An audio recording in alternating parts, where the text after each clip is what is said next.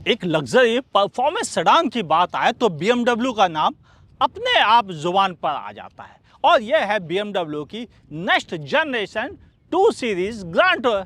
कैसी है देखने में, कैसी है चलाने में, क्या रियली इंजन थोड़ा अंडर पावर रह जाता है, सब बातें समझ लेते हैं और दिमाग के सारे डाउट खत्म करते हैं। मैं हूं आपका होस्ट अमित और आप देख रहे हैं आस्क कार गुरु।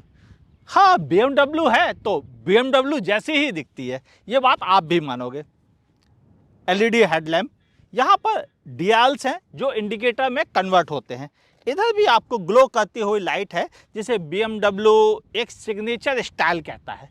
फ्रंट में ही आपको ADAS के लिए रडार दे रखा गया है, कैमरा भी मौजूद है और नया डिज़ाइन फिलॉसफी जो है वो रियली काफ़ी क्लासी नज़र आती है, कम से कम फ्रंट से देखने में। हाँ, यहाँ पर पियानो ब्लैक फिनिश भी मिलती है पार्किंग सेंसर्स के साथ में।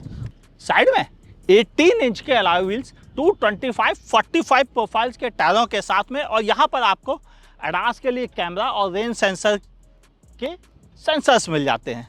हाँ, कार्ड ओपनिंग भी है इसमें, इसके अलावा इंडिकेटर भी है, कैमरा भी मौजूद है और M की बैजिंग मौजूद है। यानी ज़रूरी नहीं कि आप चाबी से ही खोलें, इस कार्ड से भी इसको खोल सकते हैं।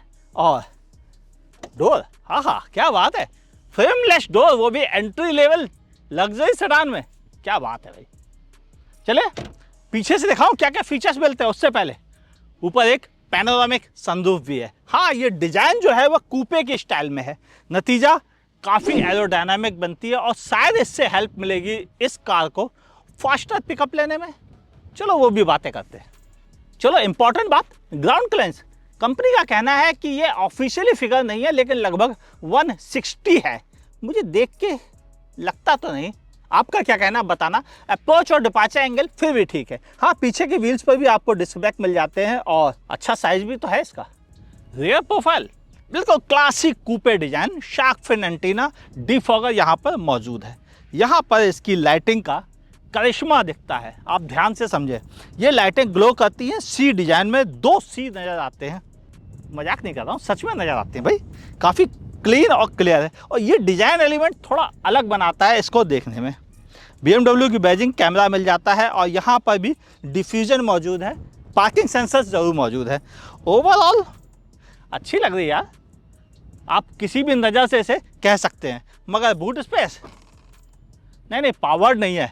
उसका वेट डिस्ट्रीब्यूशन ऐसा है कि बटन दबाते ही खुल जाता है। यहाँ पर अच्छी जगह मिलती है काफ़ी।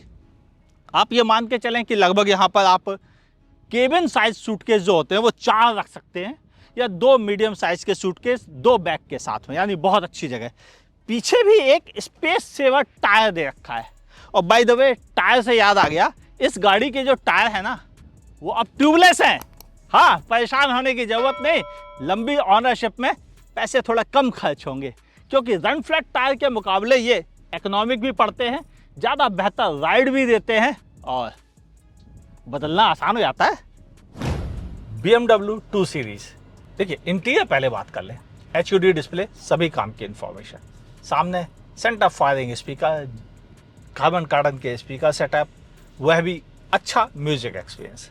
यहाँ पर आपको इस डिस्प्ले के अलावा एक यहाँ पर भी 10 इंच से बड़ा डिस्प्ले है जिसे कि हम डिजिटल इंस्ट्रूमेंट क्लस्टर या कॉकपिट जो चाहे नाम से बुला सकते हैं। और इस तरफ आपको इंफोटेनमेंट सिस्टम, और इसका एनिमेशन देख के आप समझ गए होंगे, इसमें डिफ्यूज्ड AC का ऑप्शन मिलता है, यानी यहाँ से ऊपर और इधर से नीचे AC की हवा जाती है। नतीजा आपके चेहरे पर तेज थ्रो नहीं आता है एयर का, लेकिन कूलिंग होती है।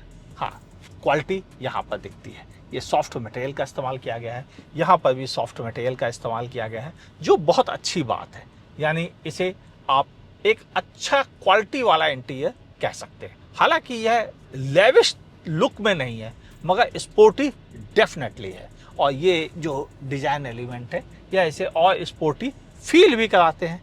यहाँ पर एक एल्युमिनियम फिनिश है जिस पर कि आप ये मल्टी कलर की एम्बिएंट लाइटिंग सेटअप देख रहे हैं, ये भी अच्छा लगता है। और ये काफ़ी ठंडा रहता है तो थोड़ा हाथ जब टच करते हैं तो मज़ा आ जाता है क्योंकि AC के वेंट यहीं से फ्लो कर रहे हैं।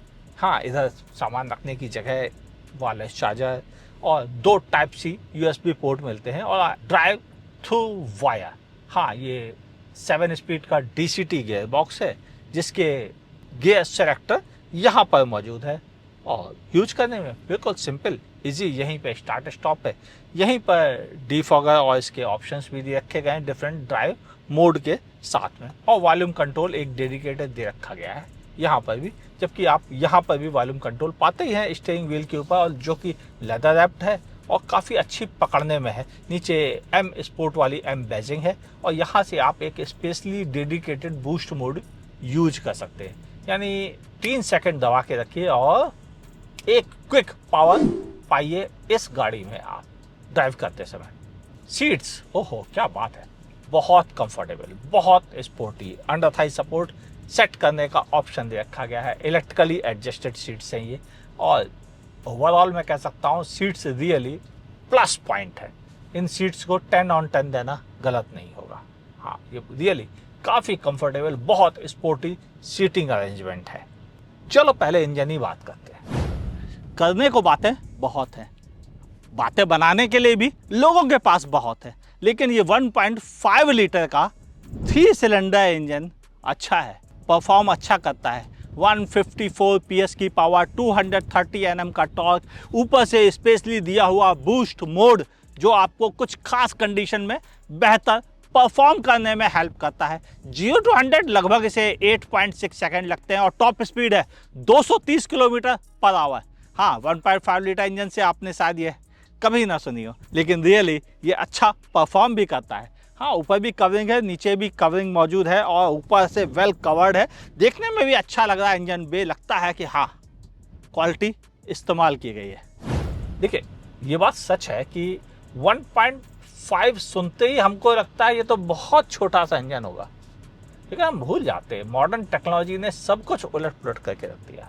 भले ये 3 सिलेंडर ही है, लेकिन ये क्या शानदार 156 PS की पावर देता है, अच्छा खासा टॉर्क आपको मिलता है, और ये दोनों मिलकर आपको रियली इस गाड़ी को मज़ेदार बना देते हैं।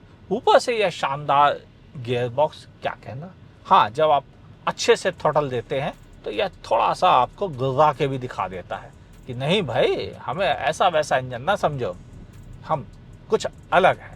और ये बात काफ़ी हद तक सही भी है कि यह फील में भी आपको अच्छा फील कराता है ड्राइव करते समय, कि BMW के नाम को जस्टिफाई कर ही लेता है, चाहे वो उसके लिए जो भी तकड़म लगाए, लेकिन वह उसे जस्टिफाई कर देता है।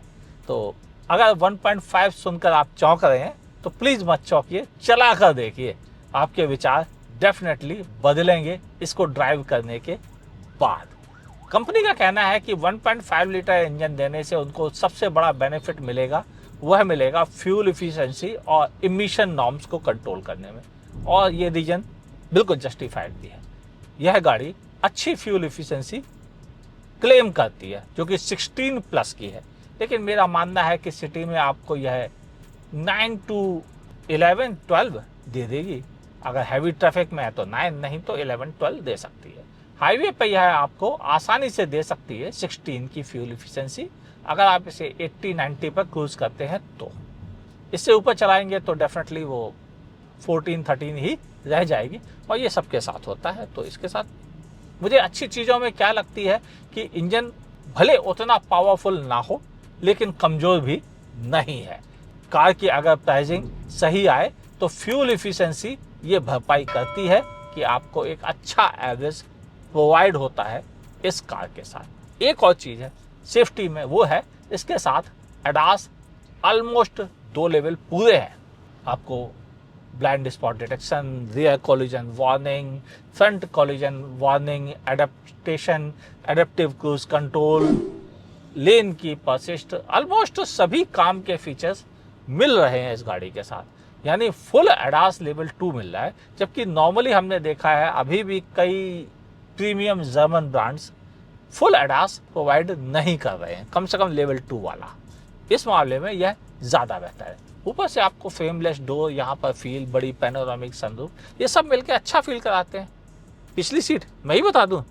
नहीं, पूछ लो। सेकंड रो की बात की जाए, नी रूम ठीक ठीक है, बहुत ज़्यादा नहीं, क्योंकि ये मेरी ड्राइविंग पोजीशन के हिसाब से सेट है। हम लग्जरी कार में ज़्यादा नी रूम एक्सपेक्ट करते हैं, मगर ये भी बात सही है कि यह एक स्पोर्ट कार है जहाँ पर व्यक्ति ड्राइव करने वाला यहाँ बैठना पसंद करेगा और कंपेनियन वहाँ बैठना पड़ेगा। ये सिर्फ इमरजेंसी सीटिंग कहलाती हैं इस सेगमेंट में। लेग रूम कोई कंप्लेन नहीं, अंडर थाई सपोर्ट डेफिनेटली थोड़ा कम जरूर है। हाँ, पीछे एसी वेंट और 2 टाइप सी के फास्ट चार्जर मौजूद है। Good job. यहाँ पर बड़ी सी पैनोरामिक सनरूफ की वजह से क्लास्ट्रोफोबिक फील नहीं होता। चूंकि यह कूपे है तो पीछे से स्लोप दिखता है और यहाँ पर थोड़ी जगह बनाई गई है हेडरूम के लिए। मैं 5 फुट 10 इंच का हूँ और लगभग इतनी सी जगह बचती है। हाँ, ये हेडरेस्ट थोड़ी ऑब्स्ट्रक्ट करता है, लेकिन इसे डाउन करने का ऑप्शन मौजूद है, यानी आप थोड़ा जगह बचाने के लिए डाउन कर लीजिए। अगर कोई यहाँ पे बैठे तब इसे अप कीजिए, वरना मत कीजिए। Good job. हाँ, यहाँ पर वैसे overall seating quality fit finish top class, यानी उनमें कोई कंप्लेंट नहीं। आर्म रेस्ट में 2 कप होल्डर भी मौजूद है। एक और मजेदार बात, जैसे ही आप सेकंड आर्म रेस्ट को खोलते हैं ये पूरा हिस्सा बाहर आ जाता है, आपको बूट का एक्सेस मिल जाता है।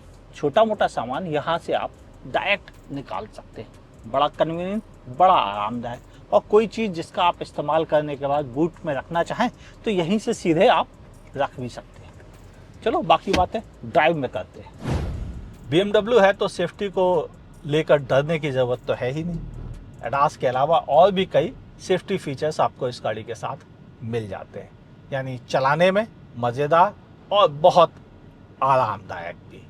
सेफ है यार, निश्चिंत हो जाओ। चलो बाकी बातें करते हैं कंक्लूजन में। महाबलीपुरम की गर्मी ज़बरदस्त है। हाँ, ये चेन्नई के पास में है और बहुत खूबसूरत जगह है, वर्ल्ड हेरिटेज साइट है। कभी घूमने का मौका मिले तो इस जगह ज़रूर आइएगा। हालांकि आज मुझे वह मौका नहीं मिल पाया है, मगर मैं पहले भी कई बार आ चुका हूँ। लेकिन इस गाड़ी की बात आए तो महाबलीपुरम में शूट करते समय कुछ तो अच्छा है, वो ये चलाने में शानदार, परफॉर्मेंस में इतनी कमियां नहीं है जितनी हमें बातें बनाने को मिल सकती हैं। 1.5 लीटर साइज में छोटा लगता है, फील भी छोटा कराता है, लेकिन अपनी एडिक्वेट परफॉर्मेंस देता है, यानी वहाँ पर कमी नहीं है। हाँ, जब आप अच्छे से थ्रॉटल देते हैं तो थोड़ा साउंड भी अच्छा सा फील होता है, यानी तब आपको एहसास नहीं होगा कि आप 1.5 चला रहे हैं, यानी सब बेहतर ही है। फिर किस बात का डर? हाँ, डर इस बात का है कि इसकी प्राइसिंग क्या होगी। फीचर्स तो BMW ने काफ़ी दे दिए, एडास लेवल भी मौजूद है इसमें 2, यानी सब कुछ बढ़िया और चंगा दिख रहा है। ऐसे हालात में जब इसे इंडिया में ही और इसी शहर में असेंबल किया गया हो तो फिर इसकी प्राइसिंग को कम रखने में शायद BMW को हेल्प मिलेगी। मेरा अनुमान है कि शायद इसका कंपटीशन तो अब किसी से बचा नहीं, क्योंकि सब लोगों ने इस सेगमेंट को ही ख़त्म कर दिया है, चाहे वह मर्सिडीज हो कंपटीटर या ऑडी। और अब BMW जब आ रही है तो शायद अकेले आने का बेनिफिट मिलेगा और प्राइसिंग भी कम रखने में उसे हेल्प मिलेगी। ये इंजन भी लोकलाइज ही असेंबल हुआ है, यानी प्राइस कम होने की संभावना बहुत बढ़ गई है। मेरा मानना है अगर इसे 45 और 50 के बीच में रखा जाए, बहुत बेहतरीन पैकेज बन जाएगा इस BMW के लिए। आपका क्या कहना है लिखिएगा कमेंट सेक्शन में, क्योंकि सेडान और परफॉर्मेंस दोनों साथ साथ चलते हैं। और M सीरीज ग्रैंड टूरर भले 2 सीरीज लगती हो, लेकिन चलाने में यह किसी से भी कम नहीं है। ये वर्डिक्ट कैसा लगा लिखिएगा नीचे कमेंट सेक्शन में। वीडियो पसंद आए लाइक कीजिए, बिल्कुल नहीं पसंद आया कतई नहीं, कोई चांस नहीं, डिसलाइक का बटन बगल में दिया है, दबा देना, बिल्कुल बुरा नहीं लगेगा। हाँ, फेसबुक पे देखा तो लाइक फॉलो कीजिए, यूट्यूब पे सब्सक्राइब कीजिए, नोटिफिकेशन ऑन कीजिए और देखते रहिए आस्क कार गुरु को।